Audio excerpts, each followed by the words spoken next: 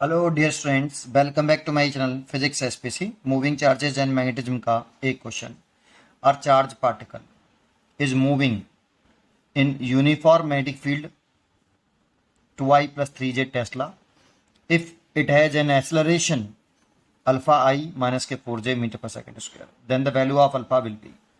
यहाँ पे गिवन है कि एक तो मैग्नेटिक फील्ड दे रखा है जो कि कांस्टेंट दे रखा है 2i plus 3j cap Tesla, और एक्सेलरेशन वेक्टर दे रखा है alpha i cap minus k 4j cap, और अल्फा की वैल्यू हमसे पूछ रहा है।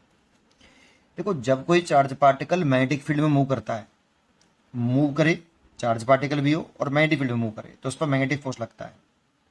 Magnetic force equal to q v vector cross v vector. अब यहाँ पे इन दोनों की डायरेक्शन सेम होती है, जो डायरेक्शन वी क्रॉस बी की होगी वही एफ की होगी। लेकिन क्रॉस प्रोडक्ट में आपने पढ़ा हो कि v क्रॉस बी जो होता है, इसकी जो डायरेक्शन होती है v क्रॉस बी की, वो परपेंडिकुलर होती है v के, और v क्रॉस बी परपेंडिकुलर होता है b के। ये ऑलवेज होता है बेटा, ऑलवेज।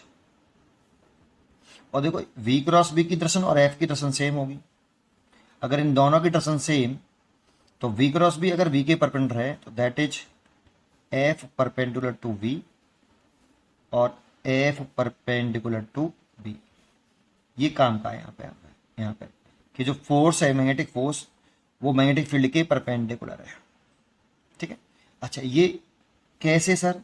तो उसको अगर समझना है तो वैसे तो ये आना चाहिए आपको, नहीं आता है तो देखो समझा देता हूँ कि ये मान लो मैग्नेटिक फील्ड है, लेट कर लो ऐसे ही, और ये आपका कोई चार्ज पार्टिकल है, क्यू चार्ज पार्टिकल, और ये वी वेलोसिटी से ऐसे मूव कर रहा है थीटा एंगल से। तो जो फोर्स लगेगा आपका एफ वेक्टर बराबर क्यू वी क्रॉस बी लगेगा। अब वी क्रॉस बी की डायरेक्शन निकाल के देखिए आप, बी क्रॉस बी है ना, वी क्रॉस बी, तो फर्स्ट वेक्टर की डायरेक्शन में आपको फिंगर रखना है, और पहले वेक्टर से दूसरे वेक्टर की तरफ छोटे एंगल से अब राइट हैंड का रखना है। राइट हैंड का फिंगर वेलोसिटी वेक्टर की डायरेक्शन में रखिए, उसे कर्ल करिए छोटे एंगल से मैग्नेटिक फील्ड की तरफ। तो देखो ऐसे है ना, आपकी फिंगर हो गई और छोटे एंगल से घुमाए ऐसे। अगर हम ऐसे रखते वेलोसिटी डायरेक्शन में, तो ऐसे घुमाते तो बड़े एंगल से घूमता, छोटे एंगल से घुमाना है, वी से बी की तरफ अपनी फिंगर को घुमाना है ऐसे छोटे एंगल से। तो ऐसे घुमाने के लिए ऐसे रखना पड़ेगा, है ना, दिख रहा होगा शायद आपको।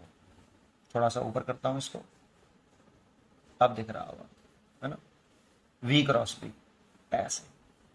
थंब किधर आ रहा है? नीचे। तो वी क्रॉस बी की डायरेक्शन नीचे की तरफ आएगी, जो थंब होता है वो वी क्रॉस बी की डायरेक्शन होती है, थंब आ रहा है नीचे की तरफ, तो वी क्रॉस बी की डायरेक्शन नीचे, तो एफ की डायरेक्शन भी नीचे।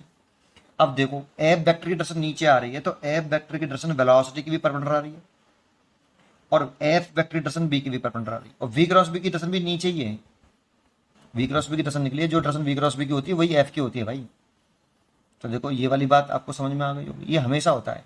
यहाँ वेलोसिटी और मैग्नेटिक फील्ड के बीच में कुछ भी एंगल हो सकता है, वेलोसिटी और मैग्नेटिक फील्ड के बीच में कुछ भी एंगल हो सकता है, बट ये हमेशा होते हैं। बस इतना सा कंसेप्ट है इसमें। अब जरा समझो, जो मैग्नेटिक फोर्स है वो इस जगह पर लगने वाला नेट फोर्स है, तो मास इनटू एक्सेलरेशन। तो जो डायरेक्शन फोर्स की होगी वही डायरेक्शन एक्सेलरेशन की भी होगी। अगर मैग्नेटिक फोर्स और मैग्नेटिक फील्ड परपेंडिकुलर हैं, तो एक्सेलरेशन की डायरेक्शन भी इसके सेम डायरेक्शन होती है। इन दोनों डायरेक्शन कैसी बेटा? डायरेक्शन से। इसीलिए एक्सेलरेशन भी परपेंडिकुलर होगा किसके? मैग्नेटिक फील्ड के। अगर मैं ऐसे बना लूं कि ये एफ की डायरेक्शन नीचे आ रही है, तो एक्सेलरेशन की डायरेक्शन भी नीचे ही आएगी इस जगह पर, तो एक्सेलरेशन और मैग्नेटिक फील्ड भी तो परपेंडिकुलर हो गए। ये तो समझाने के लिए बस केवल, यहाँ पे तो कुछ डाटा और ही दे रखा है ना। तो ये ऑलवेज परपेंडिकुलर। अगर ये परपेंडिकुलर तो उनका डॉट प्रोडक्ट जीरो होगा। Acceleration dot product of magnetic field equal to A B cos 90। ये डॉट प्रोडक्ट का फॉर्मूला लगा दिया मैंने, तो ये जीरो आ गया। तो A vector dot B vector equal to zero. अब आप ए वेक्टर की वैल्यू पुट कर दो यहाँ। ए वेक्टर कितना है? Alpha i cap minus 4j cap dot 2i cap plus 3j cap बराबर जीरो। अब डॉट प्रोडक्ट कर लो। आई का कॉफिशेंट यहाँ अल्फा है, यहाँ आई का कॉफिशेंट 2 है, तो 2 अल्फा हो गया। यहाँ जे का कॉफिशेंट 3 है, यहाँ जे का कॉफिशेंट 4 है, तो माइनस के 12 हो गया इक्वल टू 0। वैसे तो सबका करते हैं, बाकी का जैसे 2i का इसमें करेंगे, फिर 2i का इसमें भी करेंगे, तो इन दोनों का डॉट प्रोडक्ट 0 हो जाएगा। इसका इसमें करेंगे तो इन दोनों का 0 हो जाएगा, इन दोनों का बचेगा। ठीक है, तो आई का कर लो, जे का कर लो, वैसे सबका करते हैं।